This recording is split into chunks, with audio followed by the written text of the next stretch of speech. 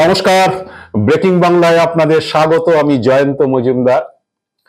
আমাদের রাজ্যে বিরোধী দল বিজেপি আগামী কিছুদিনের মধ্যেই বা 2-4 মাসের মধ্যেই তাদের নেতারা এবং কেন্দ্রীয় নেতারা একটা বাতাবরণ তৈরি করার চেষ্টা করবেন রাজ্যে যে 2026-এ আমরা ক্ষমতায় আসছি, এবং তার সঙ্গে কিছু রেফারেন্স দেবেন যে এরপরে বিহার দখল করব। মানে বিহার যদিও এনডিএর দখলেই আছে, দিল্লিতে ক্ষমতা দখল করেছি আপকে হটিয়ে, এবার বিহার দখল করব, তারপরে 2026-এ আমরা বাংলায় ক্ষমতা আসছি।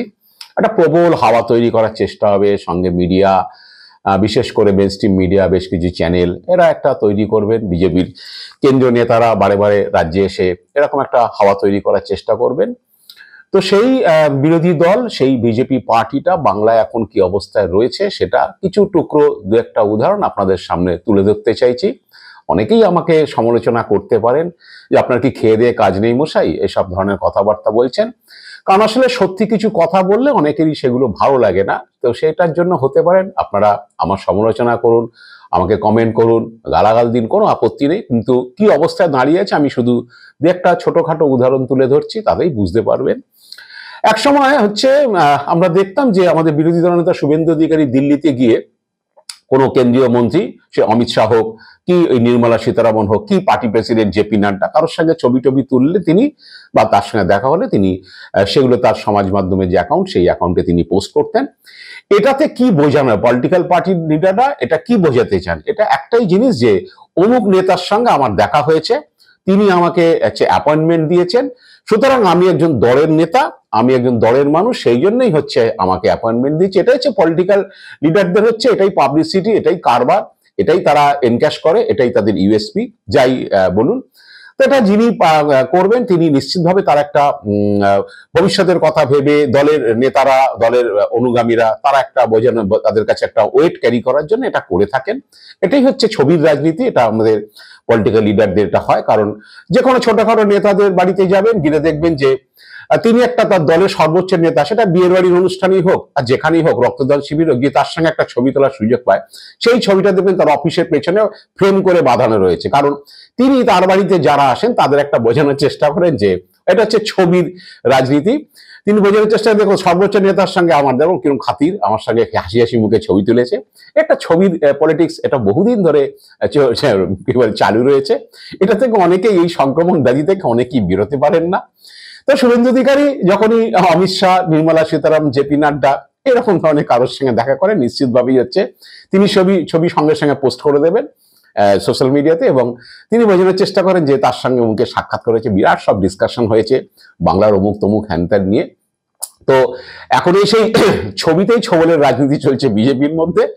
সম্প্রতি আপনারা দেখেছেন যে শুভেন্দু অধিকারীর পরিবারের সঙ্গে তাদের দলের সাধারণ সম্পাদক জগন্নাথ চট্টোপাধ্যায় রাজনীতিতে শুভেন্দুর কাছে কিছুই নন, কারণ তিনি সাংবাদিকতা করছেন, দীর্ঘদিন তিনি সাংবাদিকতা করেছেন। যদিও শুভেন্দুর সঙ্গে তার প্রায় 24 বছর, আমি যেটুকু জানি 24 বছরের তার সঙ্গে আলাপ বা তাদের পরিবারের সঙ্গে আলাপ, এবং দলে জগন্নাথ শুভেন্দুর বেশ ঘনিষ্ঠ বলেই পরিচিত। অনেকেই জানেন যে জগন্নাথের পদোন্নতি বা তার বিভিন্ন যে এসব জিনিসগুলো হয়েছে দলে, তার যে প্রমোশন গুলো হয়েছে, সেগুলোতে নাকি শুভেন্দুর হাত রয়েছে। আমি জানি না সেসব।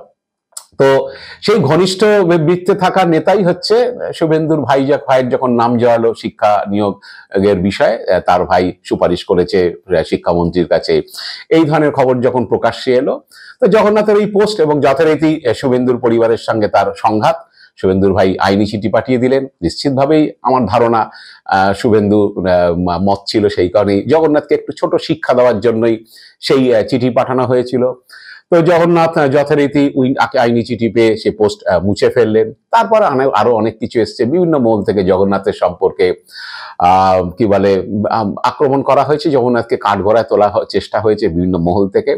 বিজেপির ফান্ডের টাকা কোন একটা যে একটা পোর্টালে গিয়েছে, সেই পোর্টালের সঙ্গে জগন্নাথের সম্পর্ক কি, এইসব নিয়ে প্রশ্ন তোলা হয়েছে যে এত মোটা টাকা সেই পোর্টালে গেছে, সেই পোর্টালের এডিটার নাকি জগন্নাথ। তো এইসব নিয়ে প্রশ্ন তোলা হয়েছে বিভিন্ন মহল থেকে, সেই নিয়ে বিজেপিতে তদন্ত নাকি শুরু হয়েছে। তো এখন বিজেপি তদন্ত করে কি করবে, কি পাবে জায়গা। তো তদন্তটা নিশ্চিতভাবে হচ্ছে অ্যাকাউন্টের তথ্যকে ফাঁস করেছে, বাইরে এনেছে তা নিয়ে। তো সেটা ভবিষ্যৎ বলবে। কিন্তু ইতিমধ্যে দেখা যাচ্ছে আর একটা টার্নিং পয়েন্ট, সেটা হলো যে আমি বলার চেষ্টা করেছিলাম আসলে শুভেন্দুর সঙ্গে গোলমালের পরে কি জগন্নাথের পাশে কেউ কেউ দাঁড়িয়ে গেছে। এখন আমি বলছি যে জগন্নাথের পাশে কি কেন্দ্রীয় নেতারাও দাঁড়িয়ে গেছেন, তাই কি ছবির রাজনীতির লড়াই চলছে আমি জানি না। শনিবার দিন বিজেপির একটি মিটিং ছিল আমাদের বিজেপির রাজ্য দপ্তরে, গুরুত্বপূর্ণ মিটিং আমি যেটুকু শুনেছি। সেখানে কেন্দ্রীয় পর্যবেক্ষক সুনীল বনসাল হাজির ছিলেন, তো সুকান্ত মজুমদারও ছিলেন। কিন্তু যেটুকু জানতে পারছি যে বিজেপি সূত্রে যে শুভেন্দুকে সেই বইটাকে ডাকাই হয়নি, কারণ বিজেপি এক রাজ্য নেতার কথায় যে অত বৈঠকে আসেই না, ওকে ডেকে আর লাভ কি আছে, ওকে ছাড়াই বৈঠক হয়ে যাবে, কোনো অসুবিধার কিছু নেই। তো সেই বৈঠকটার উদ্দেশ্য ছিল হচ্ছে যে জেলা সভাপতি নির্বাচন, বিজেপির যে সাংগঠনিক নির্বাচন শুরু হয়েছে আপনারা জানেন, সেই জেলা সভাপতি নির্বাচন নিয়ে ডিস্ট্রিক্টের যারা আছেন ডিআরওরা, তারা 3টি করে নাম পাঠাবেন। তারপরে হচ্ছে সেখান থেকে 5 জনের একটি কমিটি হয়েছে, সেই কমিটি বিবেচনা করে একজন করে জেলা সভাপতি নির্বাচন করবে। বিজেপির হচ্ছে 42টি লোকসভা কেন্দ্রের জন্য 43টি জেলা কমিটি, দার্জিলিং এর 2টো, এই হচ্ছে বিজেপি স্ট্রাকচার।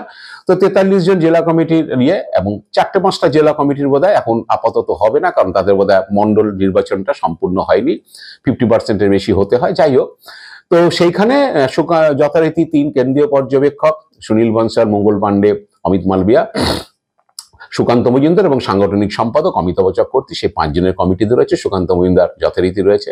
জানি না সুকান্ত মজুমদার তো হিসেব অনুযায়ী তার সভাপতি থাকার ছেড়ে দেওয়ার কথা, তিনি কেন্দ্রীয় প্রতিমন্ত্রী, তাহলে কি বিজেপির কেন্দ্রীয় নেতারা ঠিক করে ফেলেছেন যে সুকান্ত মজুমদারই পরবর্তী সভাপতি হিসেবে থাকবেন? সেই কারণে কি জেলা কমিটি সভাপতি নির্বাচনে, জেলা সাংগঠনিক সভাপতি নির্বাচনে সুকান্তকে রাখা হয়েছে? আমি জানি না। শুভেন্দুকে সেই বইটাকে ডাকা হয়নি। কিন্তু খুব উল্লেখযোগ্যভাবে জগন্নাথ চট্টোপাধ্যায় তার সমাজ মাধ্যমে তার অ্যাকাউন্টে পোস্ট করে দিয়েছেন সেই মিটিং এর কিছু ভিতরকার ছবি, মিটিং যখন চলছে সেই ছবি। বিজেপির অনেকেই বলছেন যে সাধারণত হচ্ছে এই ধরনের মিটিং এর, ইন্টারনাল মিটিং এর ছবি কেউ প্রকাশ্যে আনেন না। বিজেপি সংগঠনের কিছু রীতিনীতি আছে, এগুলো আনা হয় না। কারণ সেখানে সুনীল বনসাল বসে আছেন, তার পাশে সুকান্ত মজুমদার বসে আছে, কে কোথায় বসে আছে তারা বক্তব্য রাখছেন, যদিও স্টিল ছবি, ভিডিও নয়। তো সেই সব ছবি নর্মালি প্রকাশ্যে আনা হয় না, কিন্তু জগন্নাথ চট্টোপাধ্যায় এনেছেন এবং তিনি সেগুলো পোস্ট করেছেন। তো এটা নিয়ে অনেকে বলছেন তাহলে কি যারা মিটিং এ ছিল বা যে কেন্দ্রীয় পর্যবেক্ষক ছিল তাদের কি সায় রয়েছে জগন্নাথ যেটা করছেন সেটার প্রতি? আমি জানি না। তারপরে যেটা দেখা গেল যে রবিবার দিন কালীঘাট মন্দিরে সুনীল বনসাল গিয়েছিলেন, সঙ্গে জগন্নাথ চট্টোপাধ্যায়, এবং সেখানে মন্দিরের মা কালীকে পুজো দেওয়ার ছবি, তারপর কিছু ঘনিষ্ঠ জনেদের সঙ্গে তাদের ছবি, এবং সর্বোপরি হচ্ছে একটি গাড়ির সামনে দাঁড়িয়ে জগন্নাথ এবং সুনীল বনসালের একান্তে একটি ছবি, আর সেই ছবিটাও জগন্নাথ প্রকাশ্যে এনেছেন।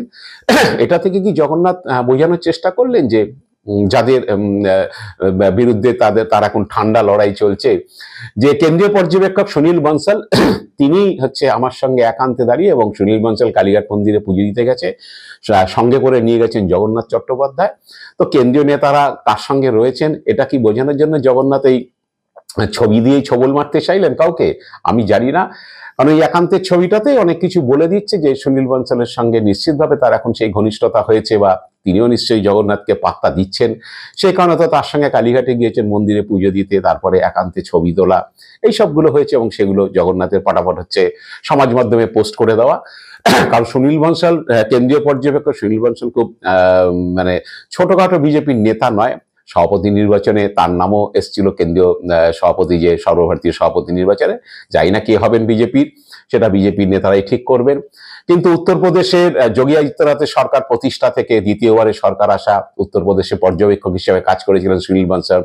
উড়িষ্যাতে সরকার গঠন হয়েছে, উড়িষ্যার পর্যবেক্ষক হিসেবে কাজ করেছেন সুনীল বনসাল। সুনীল বনসালের কেন্দ্রীয় বিজেপিতে, যদিও তিনি সাধারণ সম্পাদক, কেন্দ্রীয় বিজেপির সর্বভারতীয় কমিটি রয়েছে, কিন্তু তিনি যথেষ্ট ওয়েট রাখেন, তার হচ্ছে একটা দর আছে, এবং নরেন্দ্র মোদী, অমিত শাহ প্রত্যেকেই তাকে হচ্ছে যথেষ্ট গুরুত্ব দেন, বিশেষ করে সাংগঠনিক ক্ষমতার বিচারে। যেহেতু গুরুত্বপূর্ণ রাজ্যে সরকার প্রতিষ্ঠার বিষয়ে তার একটা বড় ভূমিকা রয়েছে, সেখানে পার্টি পর্যবেক্ষক হিসেবে কাজ করে বছরের পর বছর সেখান থেকে উড়িষ্যাতে যে সরকার প্রতিষ্ঠায় তার একটা বড় ভূমিকা রয়েছে, উত্তরপ্রদেশে তো রয়েইছে। তো এরকম 3-4টি রাজ্যে, দক্ষিণ ভারতের একটি রাজ্যে তিনি রয়েছেন পর্যবেক্ষক হিসাবে, এবং বাংলায় রয়েছেন। এরকম গুরুত্বপূর্ণ রাজ্যে তাকে পর্যবেক্ষক করা হয়েছে। তার একটা ওজনদার নেতা। সেই সুনীল বনসালের সঙ্গে একান্ত ছবি দিয়ে জগন্নাথ কি এটা বোঝানোর চেষ্টা করলেন যে সুনীল বনশালের হাত তার পিঠে আছে এবং এই ছবির লড়াইতে তিনিও পিছিয়ে থাকবেন না, এবং তার বিরুদ্ধে যতই আক্রমণ করা হোক তিনি তার পেছনে কেউ না কেউ দাঁড়িয়ে যাবে। আমি জানি না এটা বিজেপির অভ্যন্তরীণ লড়াই, অভ্যন্তরীণ ঠান্ডা লড়াই নেতাদের মধ্যে। যে দল আর কয়েক মাসের মধ্যেই ক্ষমতায় আসার জন্য মানুষকে বলবেন, আশা জাগাবেন কর্মীদের মধ্যে, মানুষকে বলবেন আর কয়েকটা মাসের অপেক্ষা করুন, আমরা রাজ্যে ক্ষমতায় এসে পড়ছি। তো সেই দলটার ভিতরে কি চলছে আমি সেটুকু জানানোর জন্যই বললাম।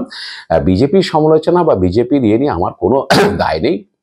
তারা কি অবস্থায় রয়েছে, কিভাবে চলছে সেটাকে একটু জানানোর জন্য, যে কোন কোন নেতা কোন এক একটা মেরুতে বসে আছে এবং বসে বসে তারা নিজেরা নিজের মধ্যে লড়াই চালিয়ে যাচ্ছে। এটাই এখন বিজেপির, রাজ্য বিজেপির অন্দরের অবস্থা। এটাই আজকের আমার প্রতিবেদন। আপনারা ভালো থাকবেন, সুস্থ থাকবেন। নমস্কার।